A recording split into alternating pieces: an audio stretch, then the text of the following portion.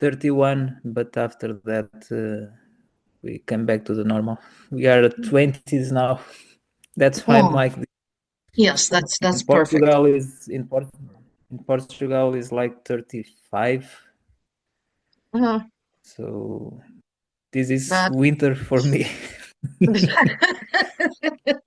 oh, it's warm enough for me now. So, well, Roberto, thank you that you want to be my guest on this interview. Um, you have just to inform our listeners, you have a PhD in human animal sciences, and you are the founder of HAS, Human Animal Science. Can you give a little more information about HAS? What do you do? What is it? Yeah, well, I'm a trainer. Okay, I'm not an academic. I took the academic education like 10 years ago, but I started before I had a driving license.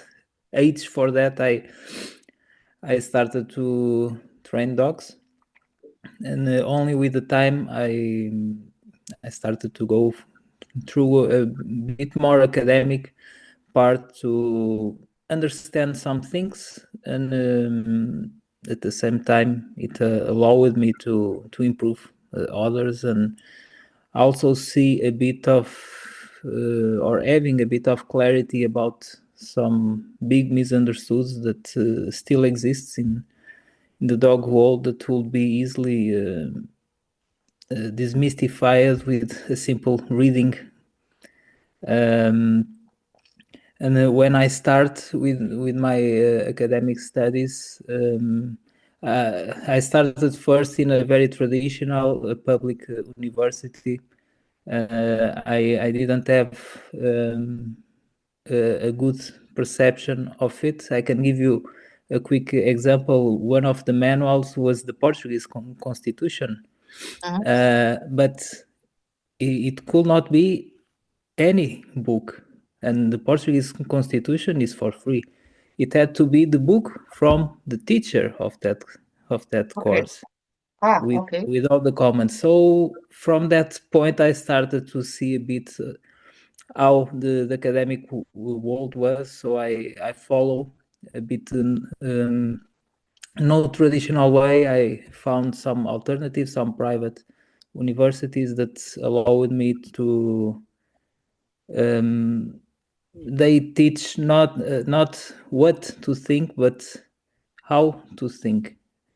So they give us all the responsibility, and of course you can tell me, but the universities also allow the students to think. Yes, but then in the tests, if they write only what they think, they don't pass. They have Okay. mostly to copy what the teacher is saying, Hmm. and preferably quotes from the teacher. So then you are sure that you will pass. If you have a bit of critical thinking, that you are not allowed to. That's how the things were, are, and let's see how it goes in the future. But all this to say that my main function, what I do here in Denmark, is working with dog owners, and basically is that I do my research on field. If I have any kind of specific questions, I do my own studies. Um, and why? Because it does not. I really don't influence the what I do here to read a study from problem behaviors in Argentina, for instance. Okay, that Uh-huh. is there, So, that happens in their culture. So I do here, adapted to here, um, and then I try to update my our work here in a way to bet in the prevention of the most problems. I don't like too much to call problems, but is the popular way to say Mhm. to address all that situations, and it has been very, very effective. Okay, well, it's very interesting what you're doing, and it's very interesting what you say about the teaching at university because, well, in my mind, it should not be like that, but apparently that's what it is. If I go back um, to the first thing you said, there was you had. Do you have some examples of misunderstanding in dog behavior that you wanted to clarify or demystify with your study? How much time we have? Take all the time you need. There's a lot, but this is a root. It's a root problem. The discussions that we are seeing now in the dog world, it's everything based on morals. People talk about ethics, but it's not about ethics. It's about morals, and it's very hard to discuss morals because it starts to enter in an emotional discussion, and then we lose completely. There's no way to argue about it. Um, but mostly the biggest misunderstood that some families that contact us is related for the easiness of having a dog. So it seems that having a dog is the most easy thing in the world. So you just have to have the dog, treat like a baby. You can even call yourself a pet parent, and then if the dog does not follow what you are expecting, the dog has a problem. And in these days, is very easy. You have a pill, you have a gadget, or you have the death, because it's been very popular now. Is was something that now I'm doing some research on this time because I'm working in a project that I will publish maybe next year. And I'm seeing that increase of the normalization of the death. We know that death is a normal thing, is the consequence of living. But the way that is being presented, I can tell you, and everything I'm saying here is not against individuals. Okay, it's what I see and my perception of the things. But when you see some kind of certifications in peaceful euthanasia, for instance, that was something that did a lot of confusion for me. But okay, then I went to a website to try to understand that, and there's one of the topics that lost me completely. That says we want to guarantee the client satisfaction. So which client? The dog? Exactly. For the dog will not be very satisfied, right? No, Is the dog owners? The dog owners after kill the dog, they will live with a smile. I mean, this is this normalization that needs to be addressed, exactly. and is not with discussions about tools, about methods, or about any nothing. Basically, it's what people are talking is nothing. Are feeding algorithms and nothing else. But basically, is that easiness that is being created, and all the problems that are created, they come with the solutions, with a price, of course.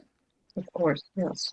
It's very interesting that you mention uh, euthanasia as yeah, a more and more common solution for problems that people have with their dogs, which shocks me as well. Um, and I agree that it's getting harder and harder for people to understand that, yeah, a dog is more than just a human baby, and if you love them enough, everything will turn out right. It's not like that. That brings me to my next question. Is it right to believe that because animals do have emotions, and we are pretty convinced that they do, can that can we, because we know that, is it okay to expect that animals look at the world the way we do? Well, to start, humans, they don't look, well, humans, I'm talking about us also, but humans don't look to themselves as animals that they are. That's the biggest problem of everything. If we really look and acknowledge that we are animals, a lot of confusion in this world and maybe wars will be avoided. But no, we look to us as someone that has to control everything. We have to control the wind, we have to control the sun, we have to control the other planets, we have to control everything. So this, when we are ready, maybe we don't born like that.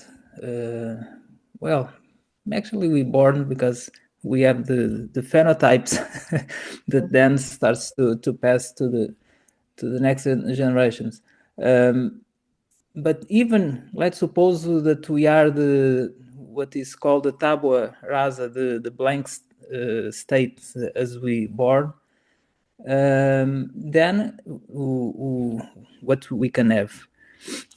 We have a lot of brainwash, the way that we grow up with some kind of thinking, with some kind of control, always control. So it's natural that that also we start to pass that to the other animals.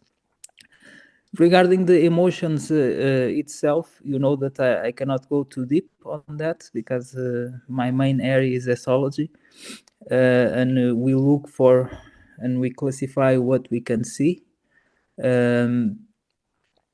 But even Darwin, he say that all individuals or species is the difference of a degree, not a kind.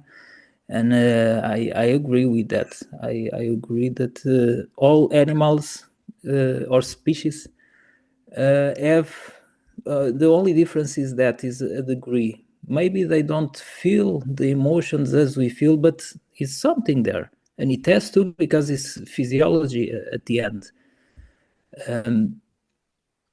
But then we also enter in the anthropomorphism part. And that is one of biggest problems. I remember that I had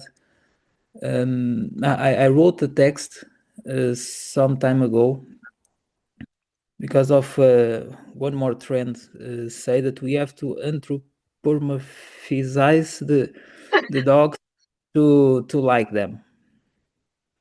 Well, I don't agree at all, and I explained there why.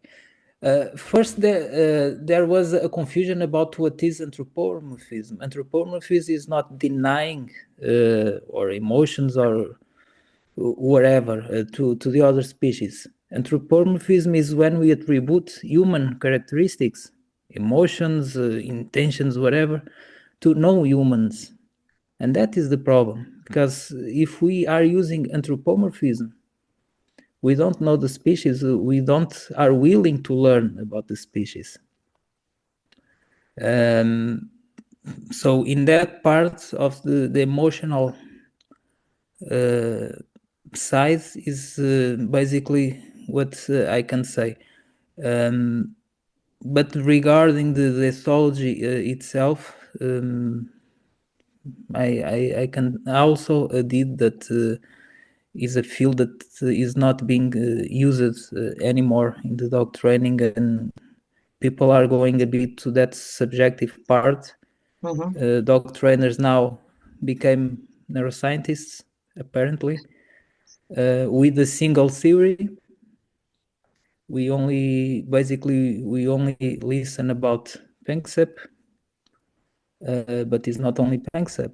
Actually, it's one of the most subjective theories within several ones. we have, for instance, the work of Ledoux, that for me it's very interesting. And we also have one from Ralph Adolphs. He wrote a book about animal emotions. It is something that I really recommend to someone that is interested in about emotions in animals, because the way that he presents, it's like a process of perception, of cognition, and Panksepp does not involve cognition. It's only the affective states. And Sorry also, that I interrupt, but can you compare this book to Mark Becker's book, The Emotional Life of Animals, or is it totally different? is totally different, because Mm, Adolf is a neuroscientist and speaking about emotions in as process, as a physiology, and even as behavior. okay, yeah. Because behavior itself is the result of several things. I used the analogy that is like a cake that is coming out from the oven when we see a behavior.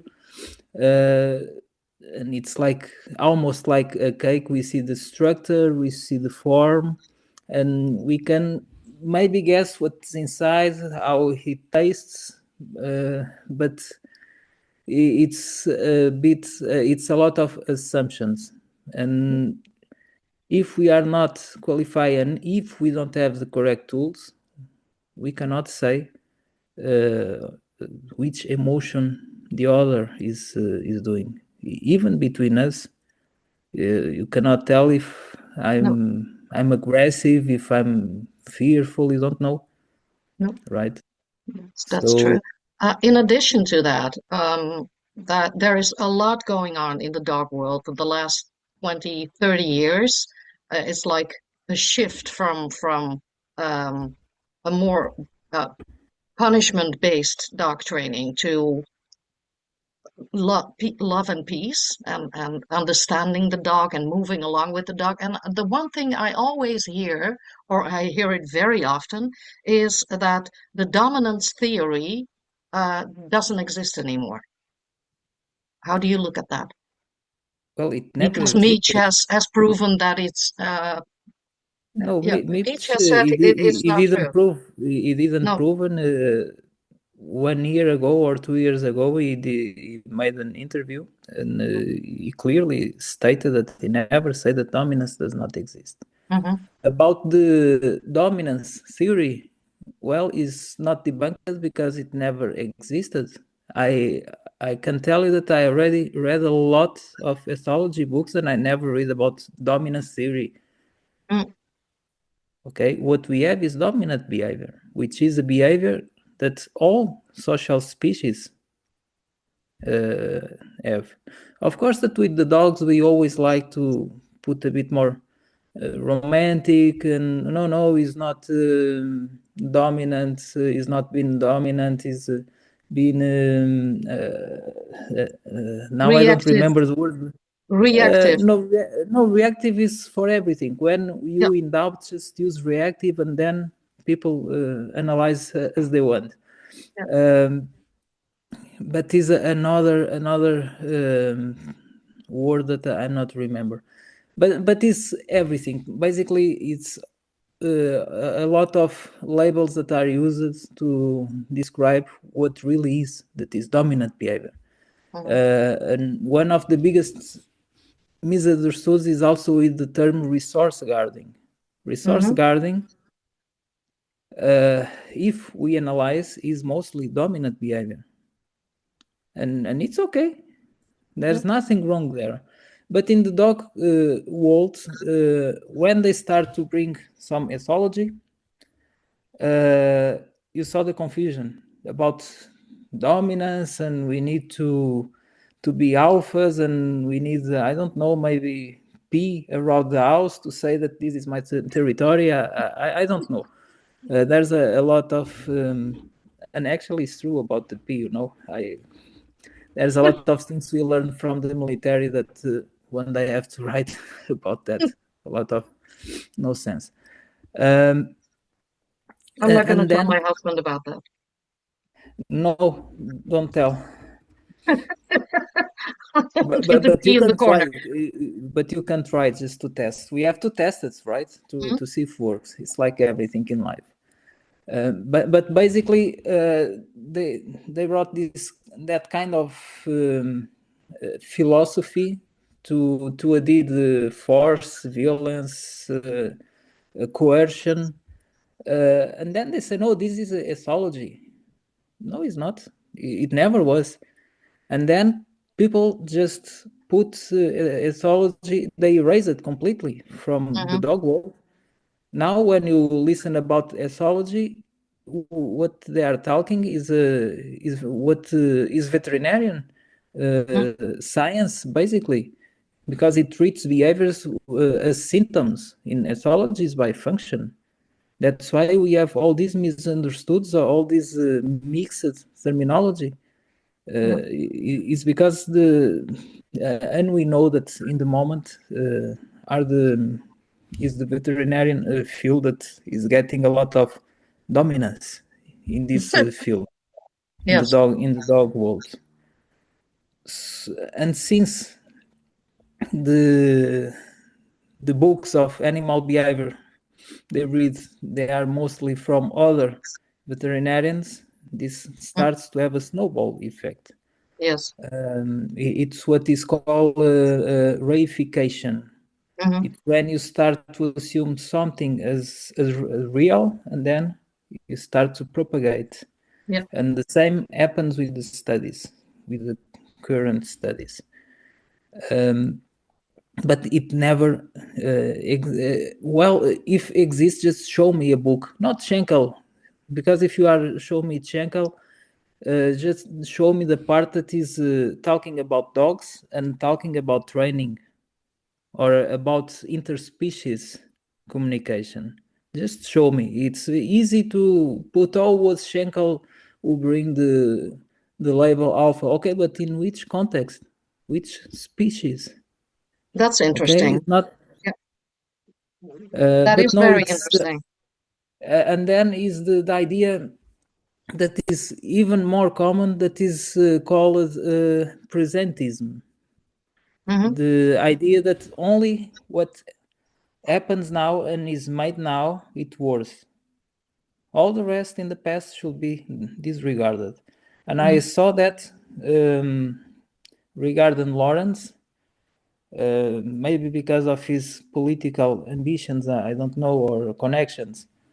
Um, Recently, well, last year, I listened a trainer say that no, Lawrence even was drawing dogs, but where?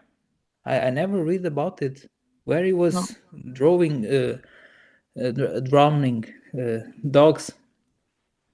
I don't know. I tried to look all over. I didn't find. it's all these But things. And it but should not. let's suppose, let's just put that, assume that that is true just for a while. We should disregard everything, all his work Exactly. that is used Yeah. still today. There's no Yeah. old ethology. Who says that? Oh, there's the old and the modern ethology. No, there's ethology. Yeah. There's the roots, the foundations, and then how it develop is never old. We cannot call old things that we don't learn yet. It's one more of the list of the problems. We are assuming things that we didn't even read about. Okay. And now, Roberto, you mentioned Schenkel. That was done with wolves. yeah. And how do you look at the dog that we have on this side of the world today and compare them to wolves? Do you think there is differences in because they are in fact in uh, taxonomy the same species? Yes, they are the same species, and the trend that is being used in the academia to remove the lupus from the taxonomy is completely wrong. Now they only call canis familiaris. No, is completely wrong. It's not because there's several breeds. That is not a requirement or any kind of topic in a taxonomic process. The breeds does not change the species or subspecies, not in the way that they are doing. And it's not only me who says that. Mark Beckhoff, in his book about the dogs, if I don't remember the title, but is about if the humans disappear now, how will the dogs live without humans? Yeah. And he clearly talks about it, and I completely agree. It's not because there's breeds that now we remove the lupus from the taxonomy. So the correct terminology is Canis lupus familiaris. About the differences, well, the DNA, the mitochondrial DNA, there's a difference of 0.2 between both. Okay. But now, if we are talking about the domestication, selective breeds, of course, that resulted in a big difference that we see. Okay, the wolves are much more cooperative with the species itself. Dogs are creating much more conflicts than wolves. Regarding the problem solving, the dogs are more dependent of the humans. And it's again that cooperation that exists. And then if you want to talk about leadership structure, they are much more flexible between them than humans and dogs, because we are always controlling everything and say to the dog what he can, what he cannot do. So it's a bit of contradiction of what we see, the discussions these days. No, we are not leaders, we are not alphas, but I control everything of the dog. I know what is better to the dog. I know. Better than the dog itself, yes. Yeah. So basically the dogs are not a bad consequence of wolves. They just adapted to different social and ecological niche, not environments, but the niche, which means that is the part or the area that they have a role on. And that is that part mostly. And of course the dog evolved with us, but they didn't evolve for our modern lifestyles, because even ourselves we are not adapting to it. So imagine other species that is like they have to change everything, because dogs cannot be dogs anymore. No, People will not accept the dog to be a dog. Is that a big problem? Because you kind of mentioned it before, that if you really want to understand another species, you should look at them for what they are and not for how you want them to be. Yeah, but again, if we don't look to ourselves as animals and we don't try to understand ourselves, we must be the species that are creating conflicts after conflicts. And if we see a bit of peace, we create more conflicts. We don't see that in nature. Nature is about balance, and even balance in this area, it becomes a bad word, almost a synonym of violence and coercion, which is a completely no sense. From my area of natural sciences, balance is everything in life. It's everything in nature, is everything that keeps us to survive longer and longer. Now imagine, what is the opposite of balance? So if one person say, oh, that is a balance trainer, I'm not a balance trainer. So what are you? What's the opposite of balance? An imbalanced trainer. Chaos is chaos. Actually, it makes sense. Yeah.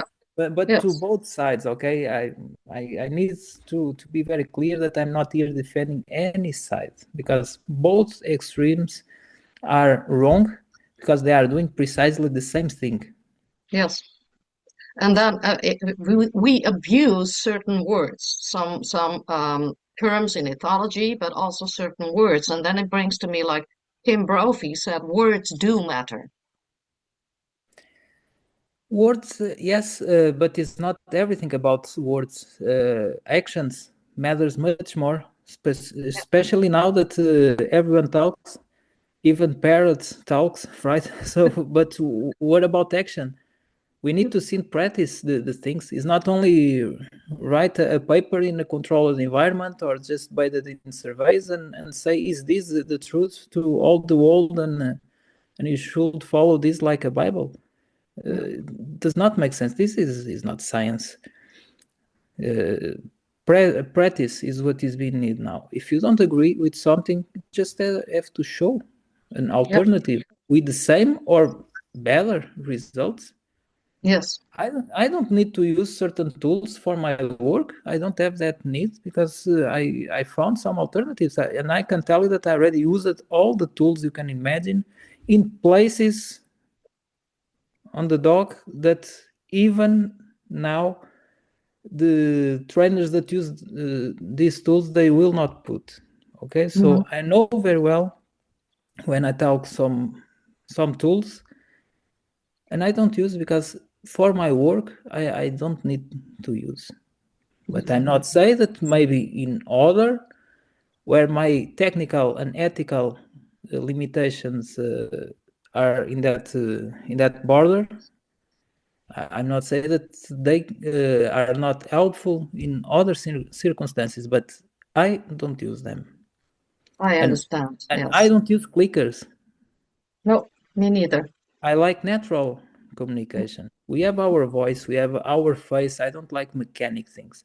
And I'm not saying that is a useless tool. No, for some things it might be better, or the better option to a certain context, to a certain individual, but not generalized.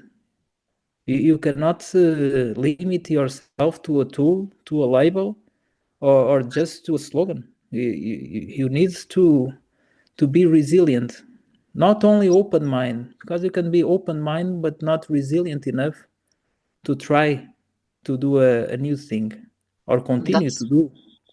And You that's need where we stop resilience. in the dog world now, don't we?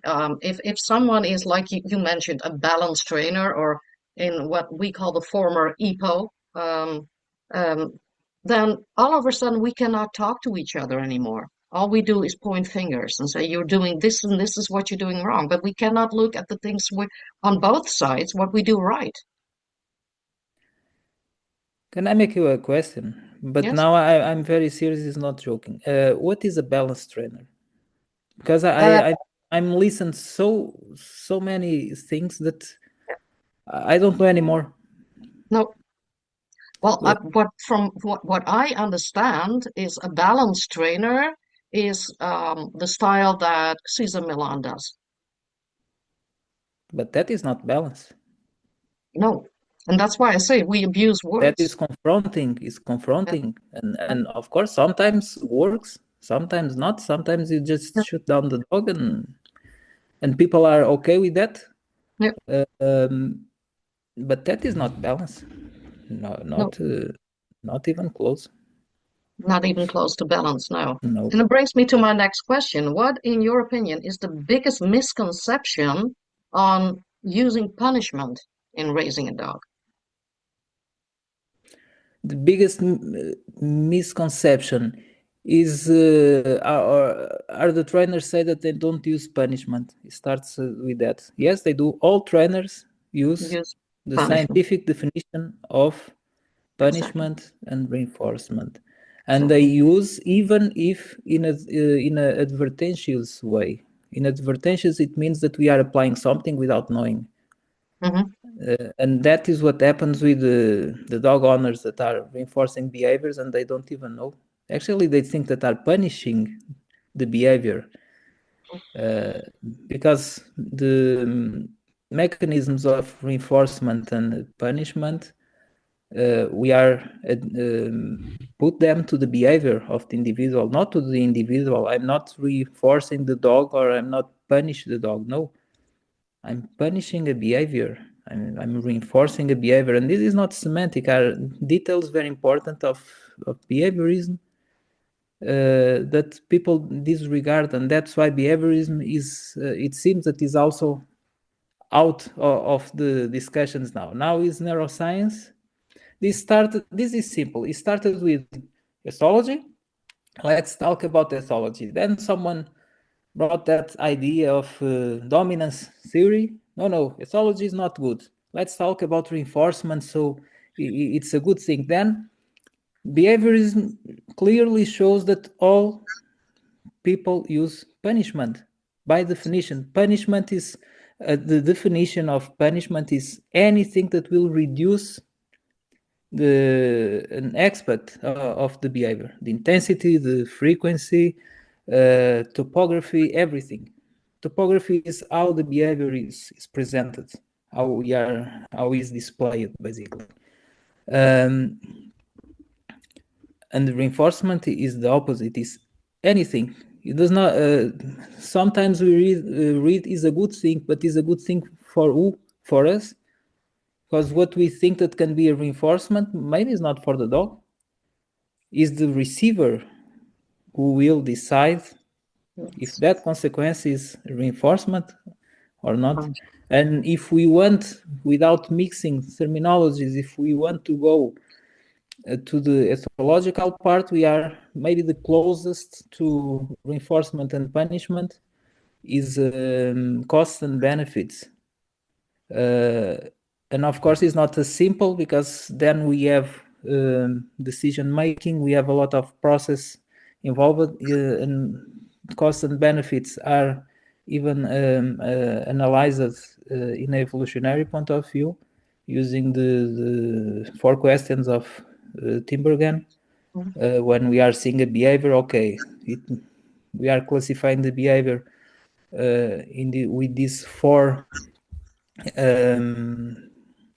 questions.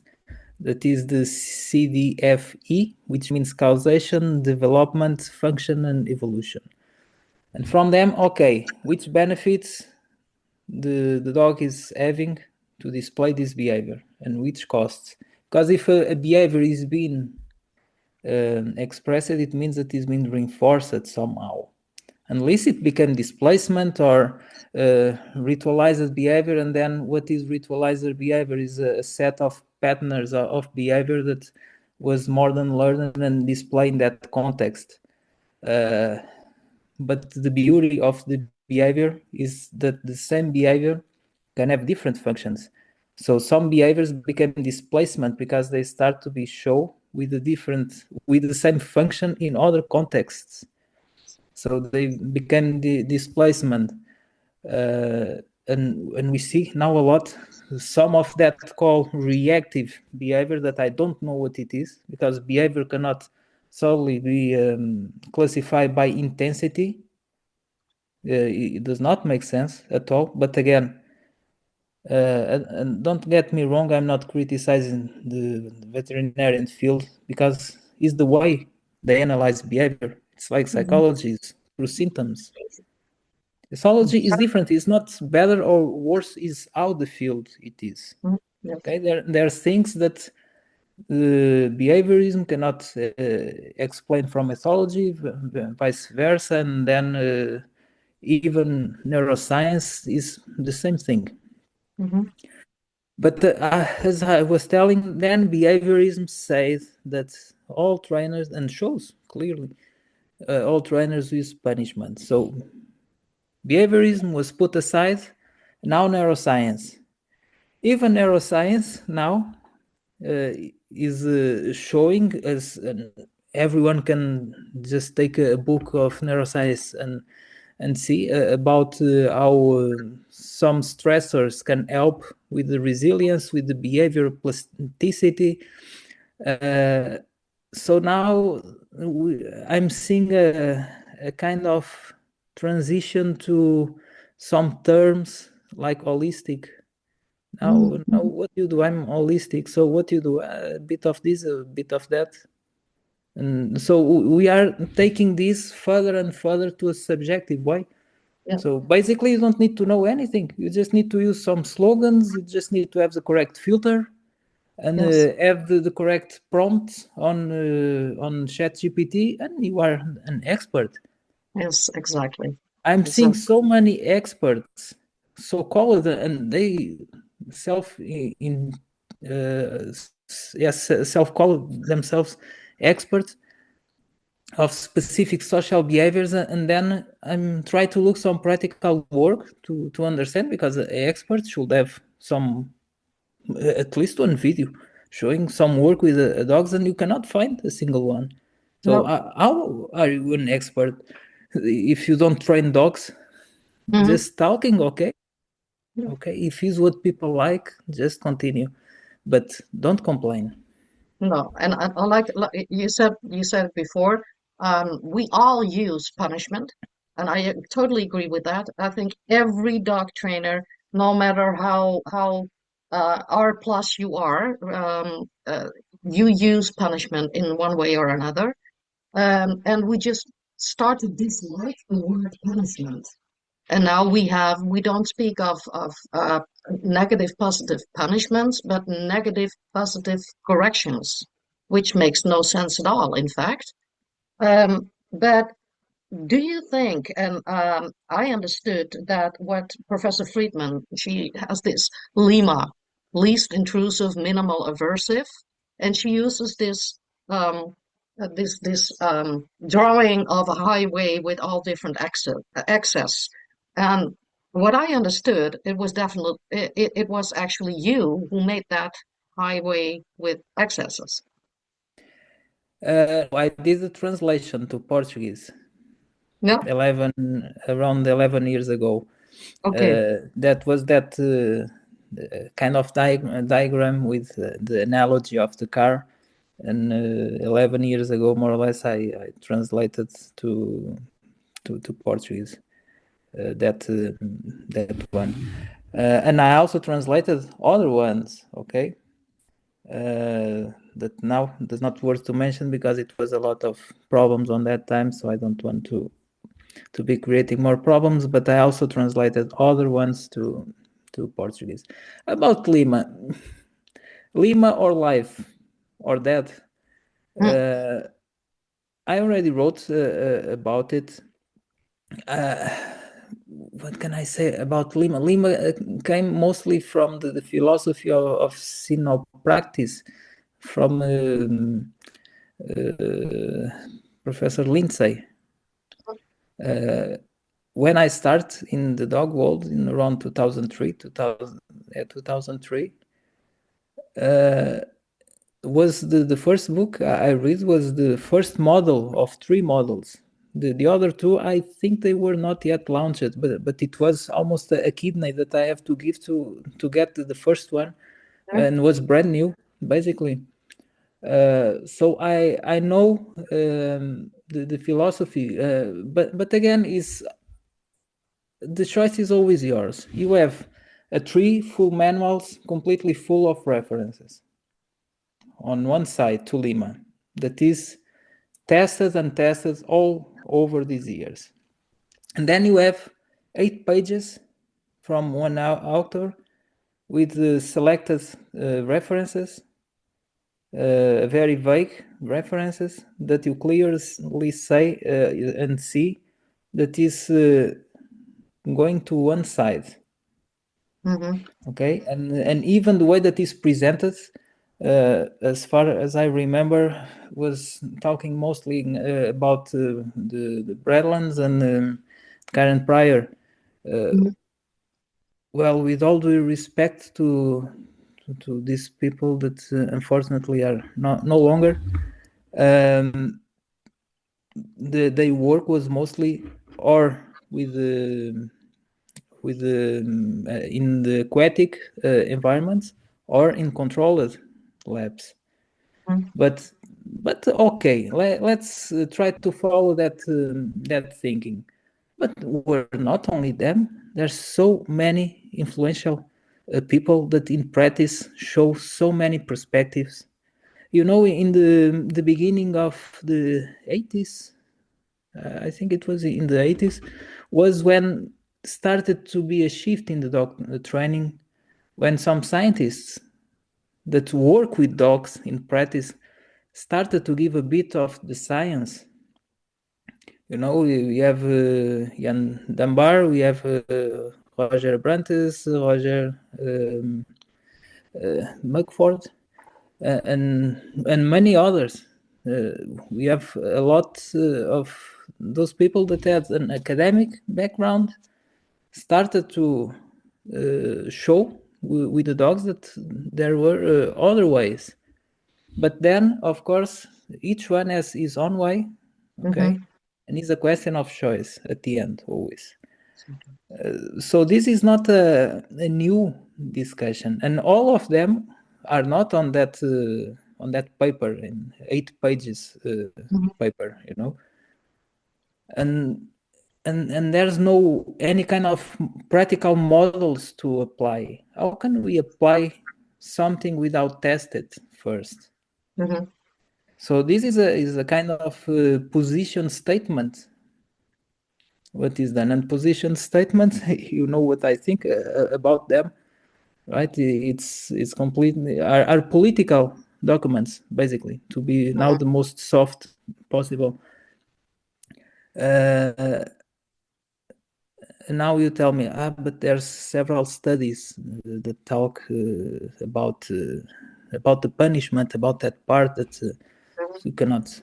But which studies? The state now, the current state of the dog science is something that it will destroy by itself. This is not scientific methods anymore. The luck of all the science that since the beginning it established very strong pillars and is not now this madness happening that will destroy the trust in science. So all this now with the time will fall down by itself. It's like the rotten fruit, it will fall down by itself. We don't need to do anything. So this is how it's going, okay? Because we cannot accept, and everyone, it does not matter the kind of ideology, that we are making truths and consensus based in questionnaires, in surveys.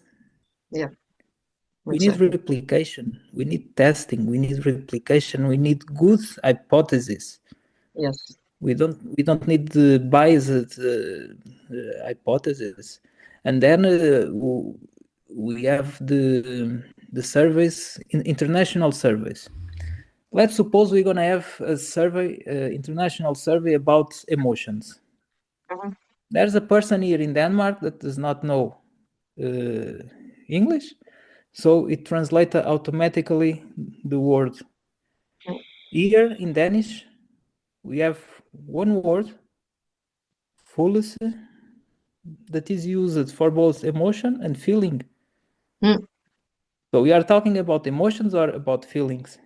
Exactly. So we from only that it will be a confusion between affective states and maybe the cognitive interpretation of the things. And even the cross cultural comparability, it will be compromised completely. So that is the first part. Then we have the poor scientific design. We see a completely misuse of independent variables, control groups, the operational thresholds. You know, we have lack of terminology or wrong terminology. Reactive. I'm seeing PhD thesis talking about reactivity. It does not make sense. What is reactivity? Is anything that the dog can display in intensity? Is reactivity? Is so easy to be trainer. these days. You don't even need to work with dogs to be an expert, right? No, we have a lot of reactive dogs nowadays. Reactive, fear, aggression, resource guarding, and now it seems that rescue is Hmm. also a behavior. Oh, my dog is a rescue. So okay, what that means. He's So he's he's another species. it maybe it will become canis lupus familiares reativos anxietos and I can't help laughing. rescuelus. I can't help laughing. This is funny. This is really funny. So, in Yeah. addition to this whole thing of punishment and which, in my opinion, is just part of living with group animals, we use punishment. And sometimes I truly believe we even have to, but then you have to define what does a punishment mean to me? What is it to you? Am I going to kick the dog? Am I going to use prong collars, e-collars? No. But do I use punishment? Yes. I have to sometimes. But now is the consequence of the discussion is now it's only e-collars and force free. It's Yep. is the discussion. Yep. There's This is nothing in nothing to do between. with No, science. no. This is nothing to do with the punishment. Even we are talking about tools, and tools are what they are tools. There's Yep. people that know how to use the tool, others that does not know how to use the tool. And how can you talk about a tool if you never use it? Mhm. Just because the others say, well, the other says a lot, try to use it on yourself. Nowadays, there's also people wave like scientific research. Let's say scientific research has proven that these tools cause damage to the dog. And if I listen to Melanie Ude, um, she kind of puts um, these scientific researches to the through the shredder. See, Melanie is a neuroscientist, so Mhm. she knows what she's saying, basically. Yep. But that is almost common sense regarding everything about or not only the studies or even punishment. I know that someone tried to cancel her, not only her but other ladies is a strange pattern that is only ladies that individual try to cancel. But anyway, um, but let me tell you something. Science does not prove anything. Hmm. Science is a process. Okay, there's no truth. Truth is a now I don't remember who say that, but truth is an error not yet discovered. So there's not that scientific truth. No, science No. is the process. Is about testing hypotheses, and then if there's better results in others, then we discuss and discuss. But this brought now the idea of consensus. How can you create a consensus from political statements? I mean, these is our manufactured objects. Basically, it's not an accumulation of longitudinal replication, meta-analysis, reviews, cross-disciplinary dialogue between the scientists, between scientists and trainers. There's nothing that anymore. Okay, it seems that dog science now is a courtroom instead of a lab. Now it's a courtroom. They Exactly. sit you Exactly. there. They sit you there, and you have to choose a side. And if you choose the wrong side according to the other person, you are the most Yep. abusing person Exactly. Yep. that exists. Exactly. That's basically what's going on in the dog world now. And this we you mentioned it before. Now you have to be pack leader. I sometimes wonder, can we as human beings, as a different species, actually be a pack leader in a group of dogs? Their communication is sometimes so subtle we don't even know what they're doing. We we don't even we don't even clearly see and Sometimes I heard Mr. Van Montfort here in the Netherlands, he said, if we want to be a pack leader, we are there when it's not actually necessary, and we don't respond when maybe we should in a dog pack. What do you think about that? What's the difference between a pack leader and a pet parent? I think the pet parent is about loving and caring, and I love my dog so much and I treat him like a human child. And the Okay. pack leader is I'm in control and I decide everything that happens in the group. Okay. That's What about my pet parent? interpretation. Yes. You just answered to me. These are all projected human roles, Yeah, okay? yeah, This is a projection from the human side. yeah. It's a bit of fantasy. I Okay, actually, yes. there's always an hierarchy. You can call it whatever you want. There's always an hierarchy, and we are always deciding everything. Yes. Okay, now it depends the level of maturity that you want to discuss. That if you are attributing leadership to violence, Yeah. okay, is not my concept of leadership. Leadership actually is avoid conflicting.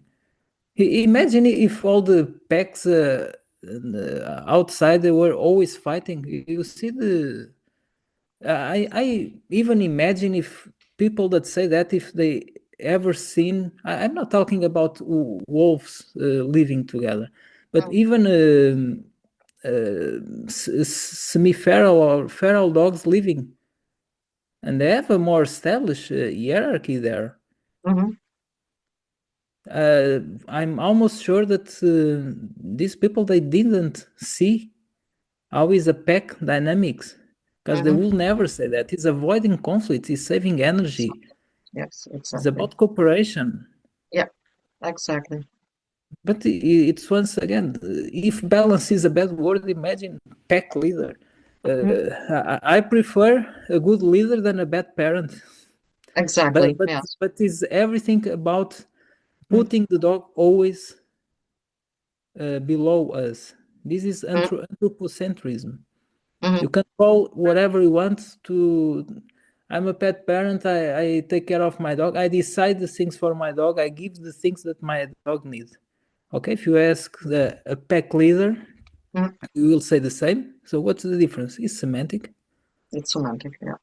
because a leader does not maintain um, the harmony within the pack with violence or with always conflict. And when we see people using that term as a justification for violence, that is not leadership. That's violence is coerciveness.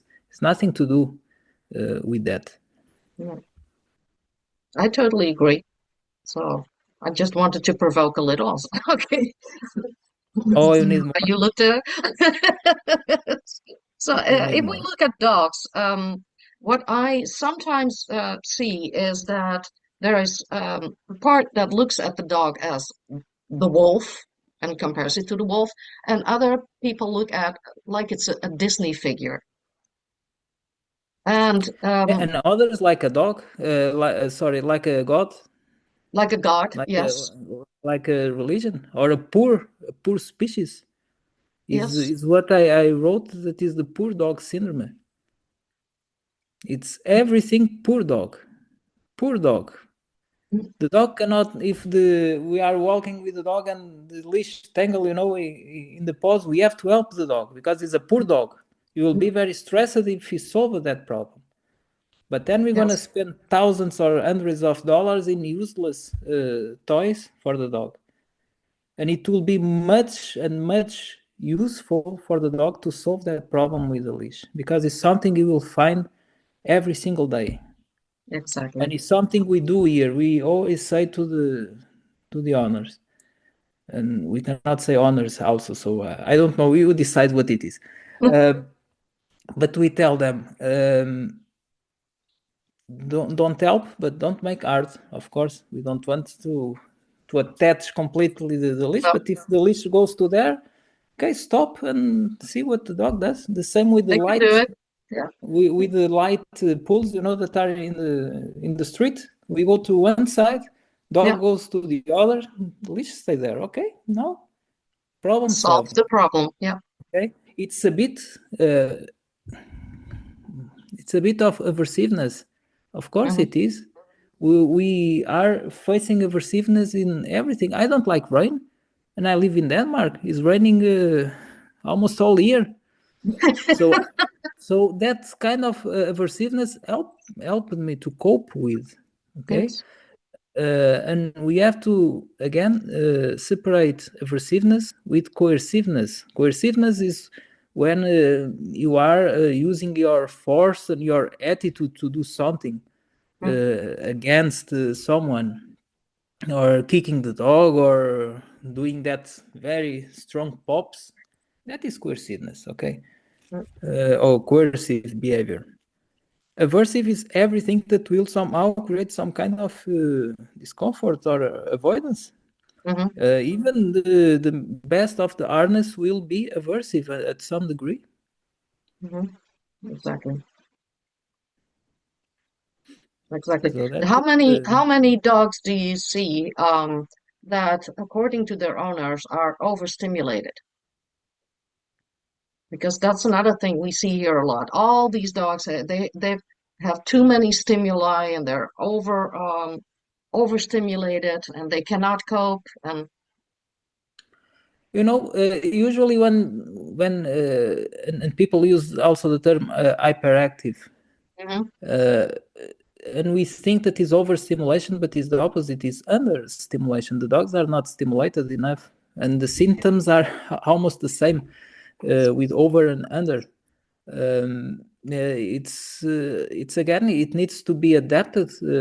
We here use the daily food for the dog for several activities, and so people say, no, that's very bad. The dog always need to have the food there to him. But okay, so then how we use the nose, how we put some treats. Okay, then we see we have diabetic dogs, we have dogs very stressed, because that a lot of that kind of treats with what they have inside, it can increase the cortisol, right? Because of the obesity that will create, so it will increase the cortisol. So they have the dogs much more stressed, and we use the food in three ways: to searching. So part of the food is the dog search, or through the house, or in the garden. Yes. Here we have gardens. People that don't have the food around the house, if it's dry food. Other for problem solving inside of a bottle, whatever, for Yeah. the dog be trying to solve. Another for the communication skills, to train even in home, a recall, a sit, down, whatever. They want to teach more interaction with the dog. And there's more ways that the dog just are more attentive to us, and is the way that we solve a lot of things actually with only with the nose work, only with the Exactly. nose. Yeah. Because all dogs this is completely transversal to all the dog Hmm. breeds. They use the nose for everything, so Yeah. it's a Yeah. characteristic of the species that we can work with. Well, like I said before, in fact, the dog is, as an underspecies of the wolf, is a predator. And many dogs still have that in them. Well, not all of them, but many dogs still like to hunt. And but there's also more and more. I don't know about that, how it is in Denmark, but we see a lot of more dogs that have been uh, diagnosed with predatory behavior. That's towards other dogs, and that surprises me. Yeah, it's the famous predatory aggression, right? The predatory aggression towards other dogs, towards their own species. Yeah.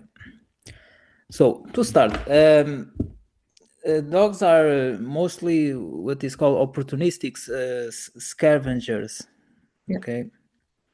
And then in the real life, they have to ignore food. They cannot go to the trashes. They have to wait for the meals that are very well measured, and all that exploratory tendency that they have. It's also limited to strict or obedience or other human choices that the pet parents do to them. They are also social learners and communicators. And then what we see, they have to be home alone a lot of time. So they are alone. They have what is called a prolonged isolation, um, and a lot of misunderstoods with the signals that humans pass to them. So this is the part of that predation or predatory part.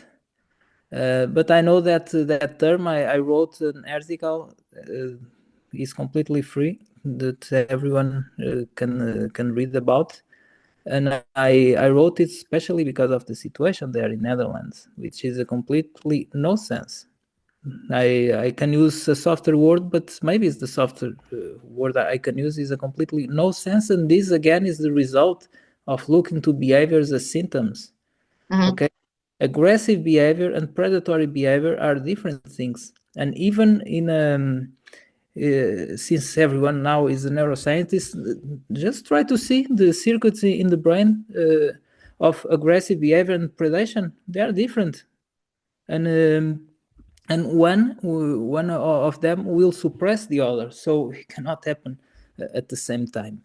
And predatory behavior, aggressive behavior. There's a good definition from Roger Barata that it's also available.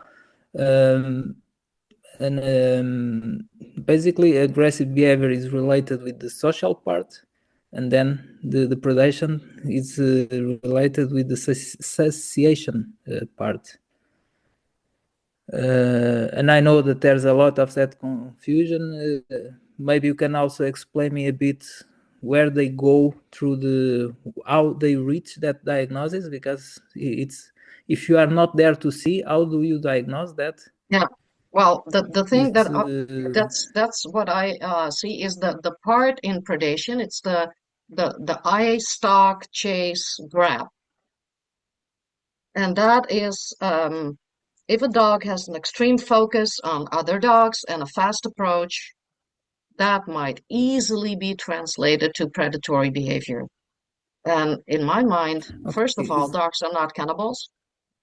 And this part of the entire sequence, you can also find this in play or territorial behavior. Yeah, and the studies, if you search about the studies on predatory behavior, is made with mice, and mice are not predators either. So it makes the things much more interesting. But the chasing part, this is a pattern of every behavior. We have to look the function of the behavior. Again, let's use the Timbergan 4 questions about it. What's the adaptive role of that? What's the function of the behavior? If you want to display an aggressive behavior, you have to reach the other individual, so you have to run. Of course, it's not chasing. It's chasing maybe because the other runs. What about if he stopped? He's not chasing, right? He's running to them. The dogs, they don't have the ability to fly yet, so they have to run to reach the goal. So what about if the dog starts to chasing other dogs that are imagine a dog is displaying fearful behavior and is following others that are also running with displaying also fearful behavior. What is that? It's a predatory fear, because Mm-hmm. it's also chasing the others, is following them. You will say, yeah, it's no sense because there are different functions.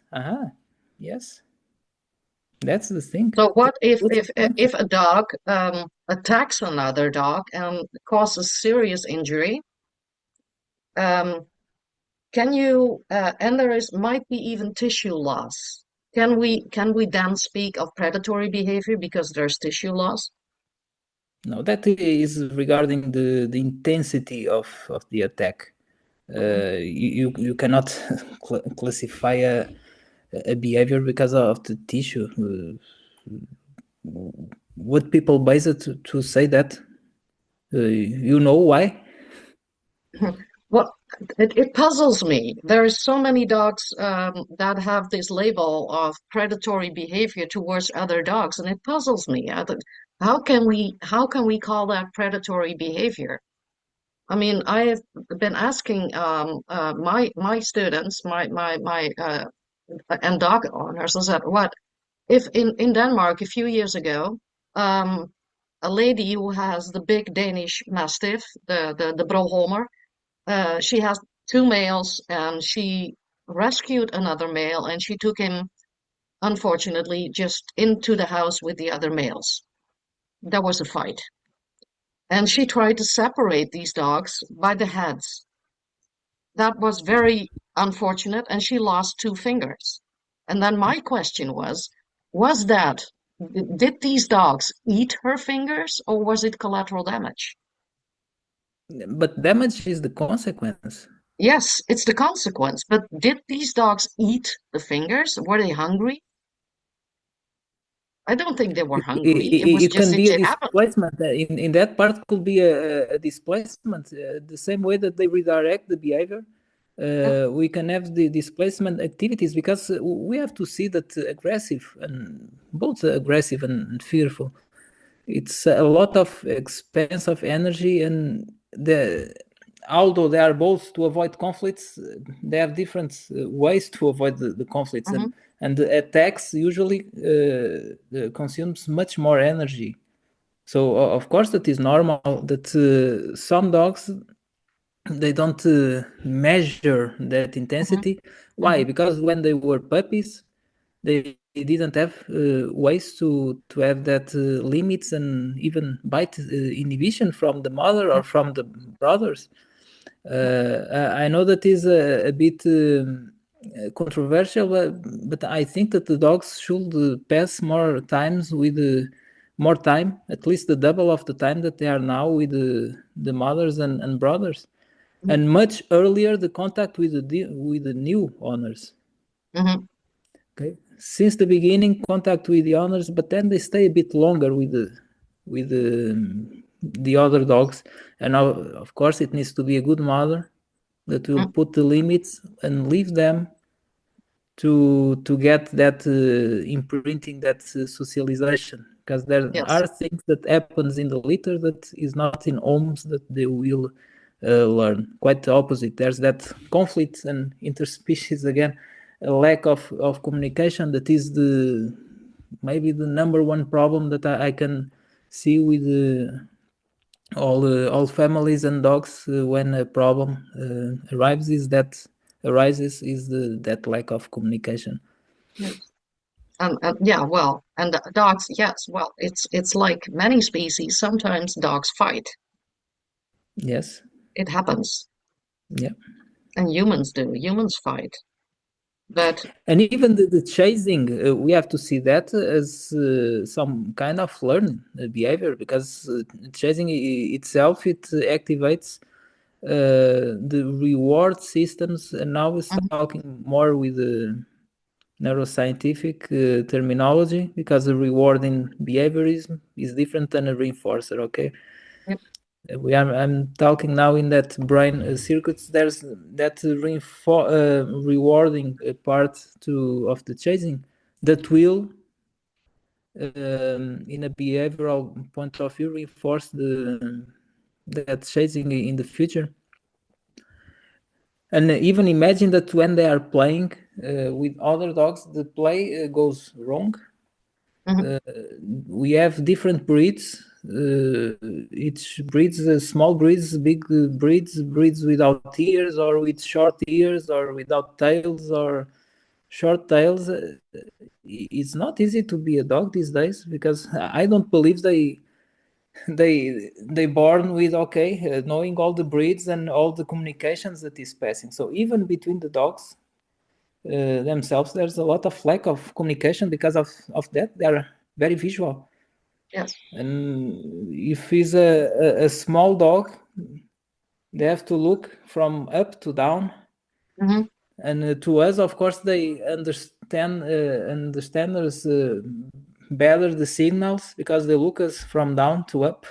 Yeah. Okay, so we are more open. They can observe much more.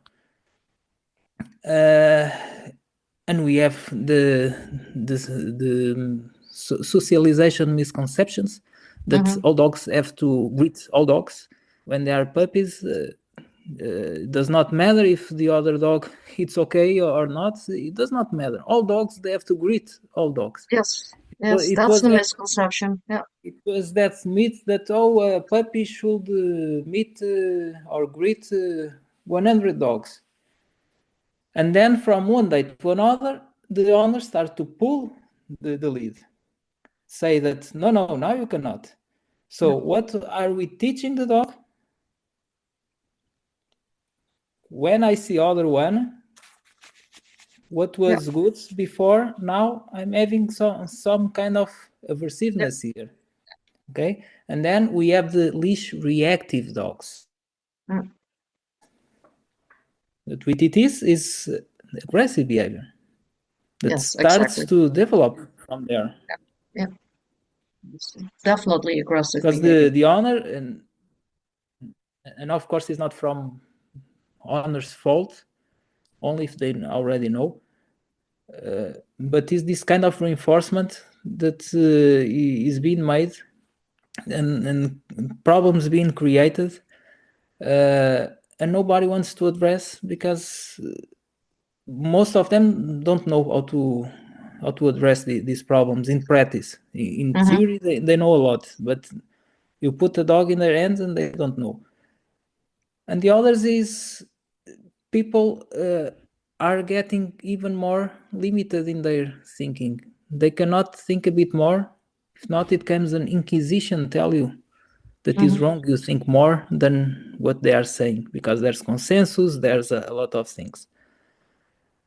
So you are talking about aggressive behavior, predatory aggression, but then we have fear aggression, then we have the worst of all them, that is the reactive, and then you start to leave that bubble. You start to read some academic books, the ones that don't have consensus, the real ones, and then you see, okay, maybe this can be what is called impulsive reactive aggressive behavior, Mm-hmm. because there's a lack of control. Mm-hmm. There's that emotional part that is facing all these new situation, and then it can become learn. Of course Learned it behavior. can, but after that, before that is what is called impulsive aggressive behavior, caused by all that situations. Because what we are seeing, the behavior we are seeing, is the result of a big chain behind. Mm-hmm. Okay, the dog that is crazy on the street, it starts in home. Yeah. It starts with the attitude of the owners in home. It starts the way that they act with some behavior does not happen. When some behavior is displayed and was supposed not to, Mm-hmm. what do? They say you cannot do that. Mm-hmm. And then let's suppose that the function of that behavior was having the owner attention. We are reinforcing that. Yeah. So if we really want to change these things and remove all these labels, it's simple. We have to have the boldness to leave the bubble. We have to start to study real books, not trainers' books, real scientific books, learn science from scientists, and practice. You have to apply to see that. I could improve much more my work after start to understand some scientific concepts. There's also the discussion, dog training is not science, it's art. You can train dogs without science. Of course you can. But you can also improve your art with science. Mm-hmm. Not the current science in the dog training. That does not teach you anything. It creates chaos. And the scientists, they should be ashamed of what they are doing, because they should be moderators and they are being activists. Scientists, they need to be create the moderation of the discussion. But no, they are activists. They are creating hypotheses in a way that they will choose the methodology to test it in a way to give the result they want. And Exactly. then Thank you. they disregard all the rest, and is sadness. What is happening is a completely lack of respect for the science. Exactly. But again, Thank you for that. science will survive. It will. It will in the end. I believe that. I'm I believe sure. that. I'm sure. So, coming back to science, what does, in fact, if we talk about scientific research, what is to you is a good scientific research? What does it? What does a good research need? Like control groups? It's a bit of what I said before, is the independent variables about the observers, what is called the inter observers, that are basically other scientists looking at it, and what would be helpful was they really don't know what they are seeing. So it's sometimes it's about perception, what is happening here. But we have a problem before that, is the reification. That are abstract concepts and terminologies that they are treated like facts, like that, predatory aggression. And then they teach that in the university, so people are already get that brainwashed in washing in the universities. So all the studies they will do about predatory aggression is with that in mind. So it's Yes. like a truth. So this is a kind of replay effect. Is with this, with the reification, and then we also need to see the funding. Where coming the funding? Industries. Exactly. They are called industries for something. They are industries to earn money. Okay, if they are asking for a study, it's not because they are very good souls. Okay, Mm-hmm. because they want to earn money in somehow. And scientists somehow they became hostages of the funding. So they have to go in a way that the funding continues. And of course, I'm not generalizing. There's very good scientists that are being silent, are being silent on these times. But let's see until when. All this noise that is happening, it will explode by itself, because Mm-hmm. this is reaching a so absurd level that even the regular lay person will say this does not make sense, and then they will ask to for better science, basically.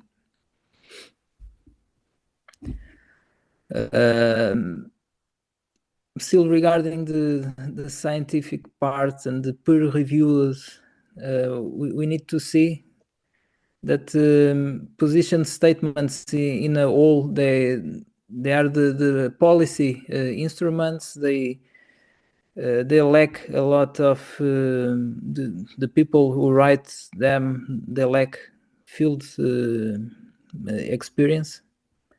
They never work with dogs.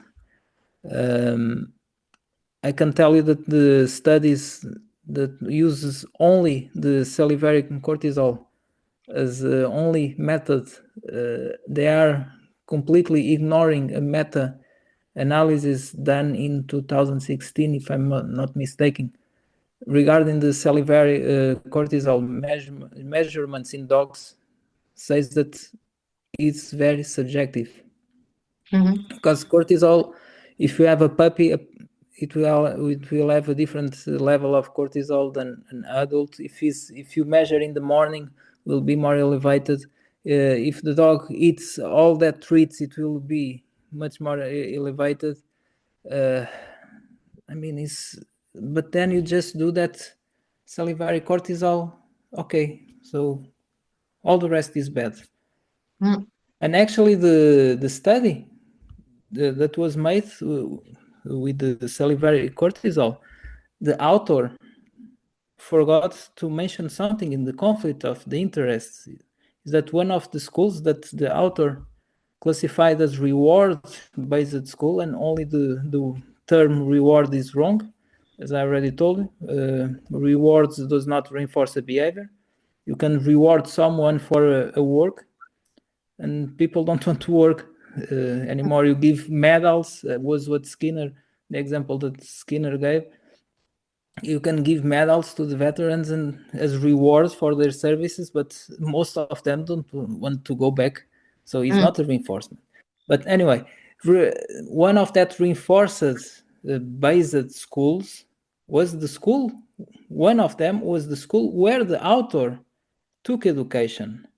And that is not mentioned in the conflict of interest. And for me, is completely dishonest. Because someone that is classifying a school as reward biased already has confirmation bias when he's doing the study. So that study will never be published just because of that. If we really want scientific integrity, only because of that, the study will never be. But then always peer-reviewed. We could spend a full afternoon just talking about peer reviewers. Okay, Yes. that do they work voluntary? Most of them don't even are from that area, and they also hide themselves through of being anonymous. They are anonymous, so that's the big shield that they have. Yes. Among several other things. But the studies as they are now, I recommend everyone.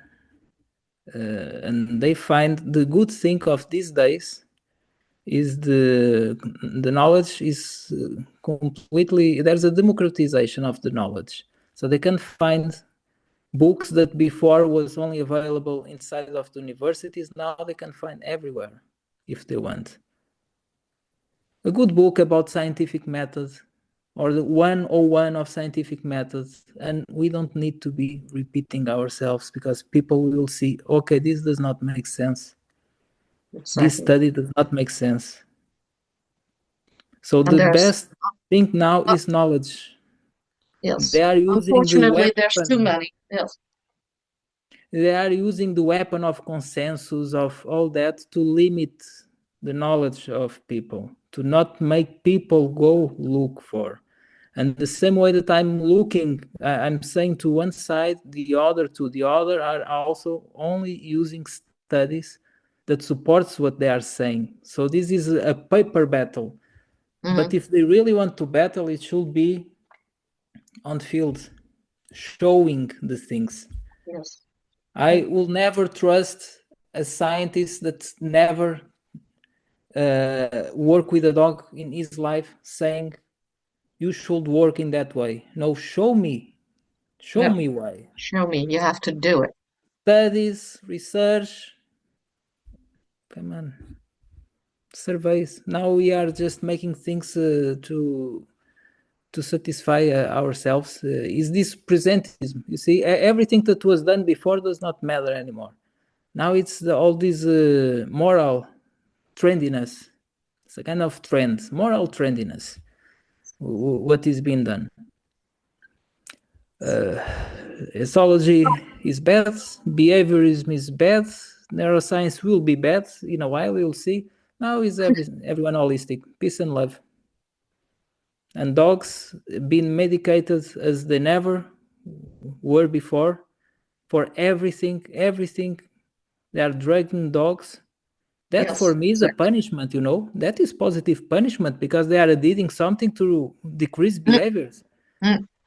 So that In you see, fact, it is the definition. Yes. you see the irony. Medication Yeah. is positive Yeah. punishment, but anyway, maybe people are not ready for that discussion.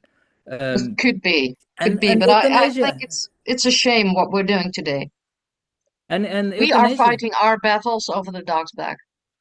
and people prefer to have or a dog close his life inside of a shelter, a kennel, or dead,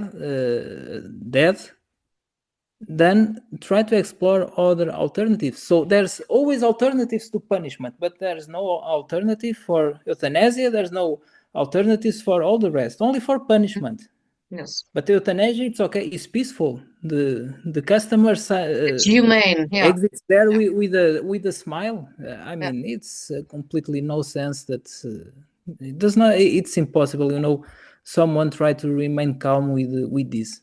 No. It's stupid and is very concerned for me that I'm seeing that scientists are silent with this.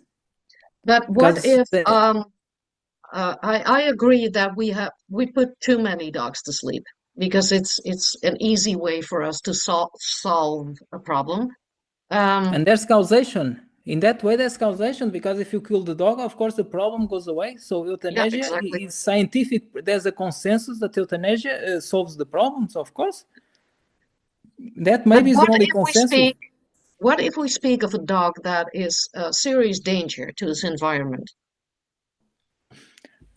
So it means that it's not the correct environment for the dog.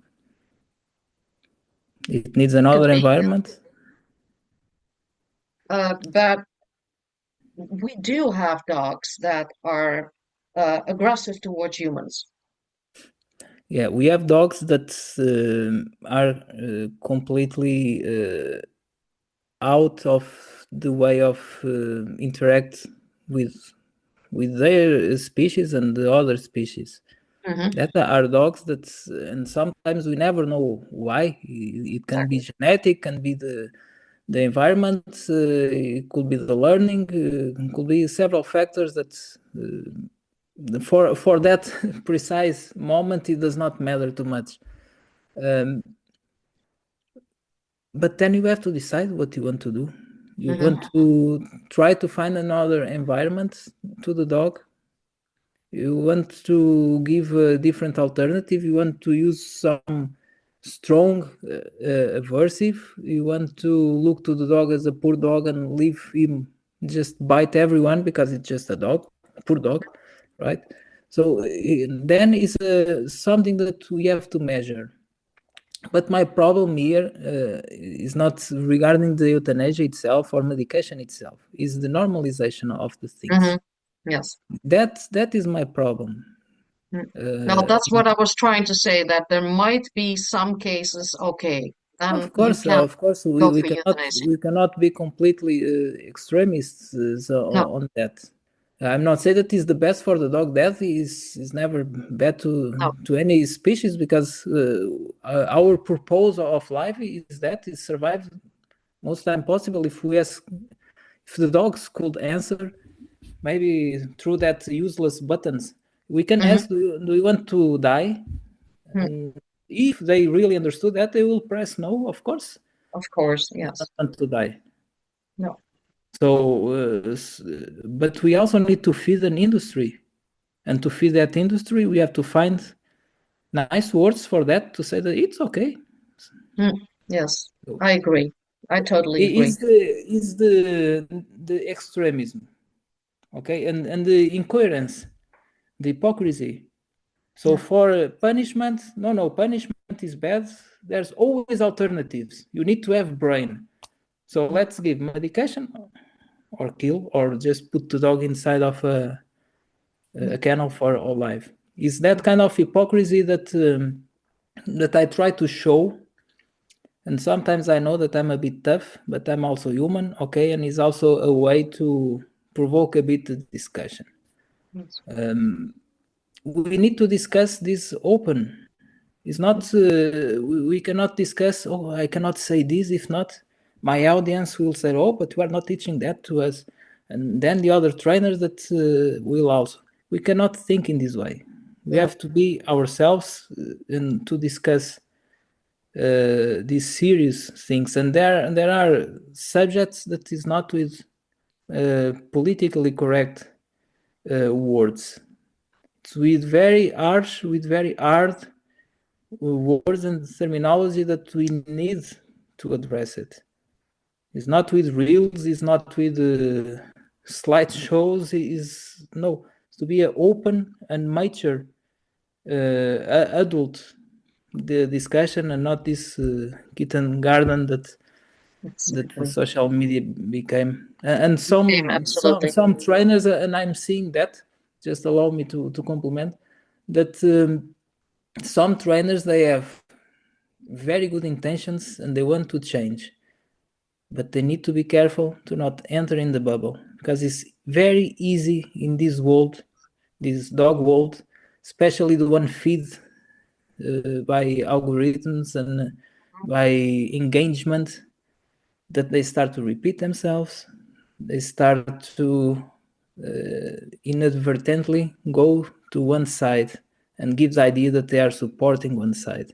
And that's why I'm very careful with interviews I give, with podcasts. Because things that I can say, if he's used, if he's in a specific trainer with a specific ideology, will use my words to say that I'm supporting his or her work. Exactly. And I'm not. I'm not in any side. I don't have sides. I don't have labels in my work. I don't have titles. I'm not considered an expert myself. I don't use titles in any way, because I don't want people to listen to me because of my titles. It's to be by things that can make sense, and don't trust a single word of what I'm saying here. Just go search, go read, and you see the present situation will be solved very fast. People, go read academic books and practice. Forget the studies just for 1 month. Forget the studies for 1 month. That will, maybe some influencers will start to shake if they pass more than 5 minutes without talking about consensus and these things. But is what I call useful idiots. For the system, for the industry, they are using like puppets to advertising and to maintain a big octopus, with a lot of tentacles everywhere. So study and apply, and question, and don't care about the others. Don't copy the other trainers. I have just a few videos of myself online just to show that I work with dogs. At least I have something, and I'm not an expert. So people can have an idea. But I don't want anyone to copy me. People have to develop themselves, the way that they feel that they should behave. Because if they are just copying the others, that's nothing. It's like the AI now. Everyone has the same kind of texts. So people are losing the identity. And we should have our own identity, our way to work. I do mistakes every single day because I always try new things. I don't You like shouldn't to be make afraid of that. You should not be afraid of that. no. No. And every day, even when I reread a book, there are points there that I'm always learning and try to adapt. And even books that are not related with dogs.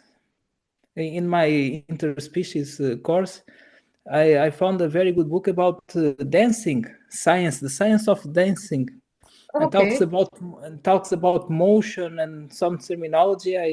I started to apply that, and it works. So I put that in the course, that concepts, and to show to the people, try this. Why not? It's a different thing. So we need always to implement things that Let's see if it works. Yes. Try new things. Yes. and So even in to the fact, dog. just never stop learning. No, Roberto, if we would have, if it was possible, I don't think it is, that we would have this conversation 100 years from now, what would you want to be your biggest contribution to dog training? I'm not an example to anyone, but I would like maybe making people think by themselves.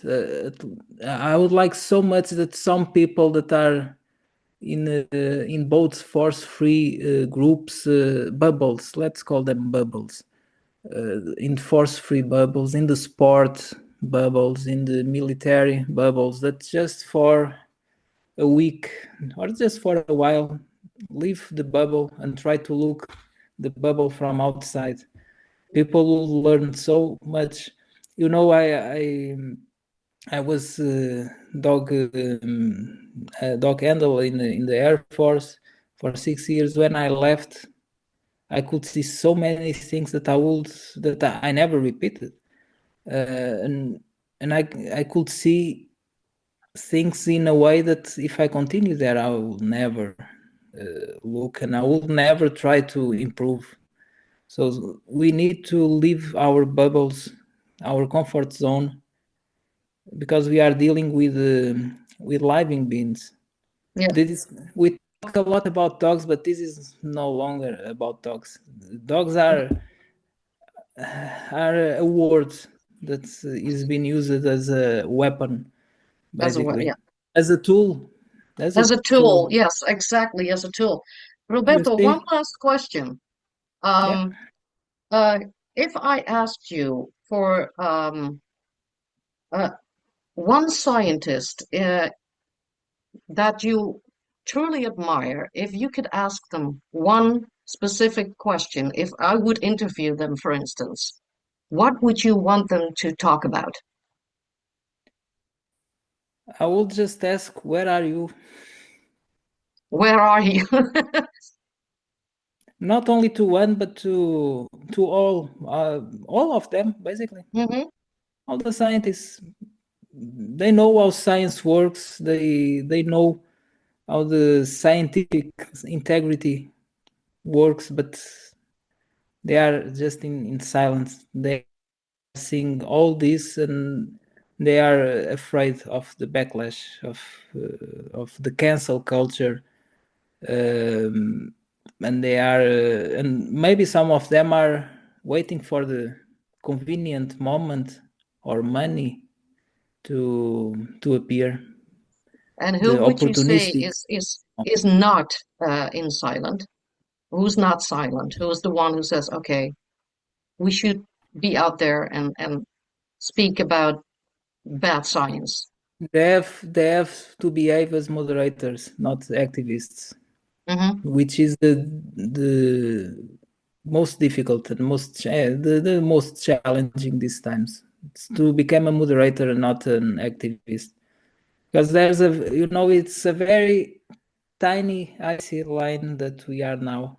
It's only a very soft layer Hmm.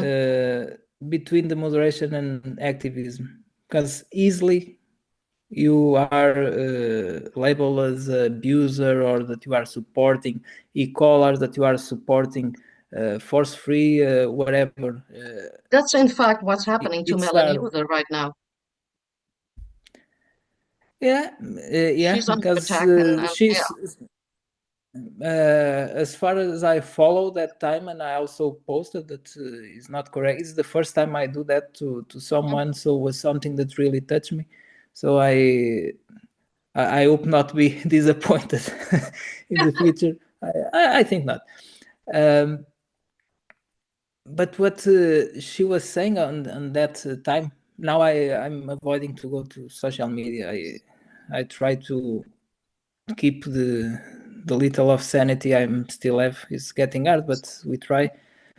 But she was showing in the neuroscientific point of view how aversiveness creates resilience, but that are also concepts from histology, and is nothing to do with violence. And we need some a degree. We are not talking about extremes again, and people like very much to put extremes to save their argument, or to try to protect their argument, so they throw always in a extremist side.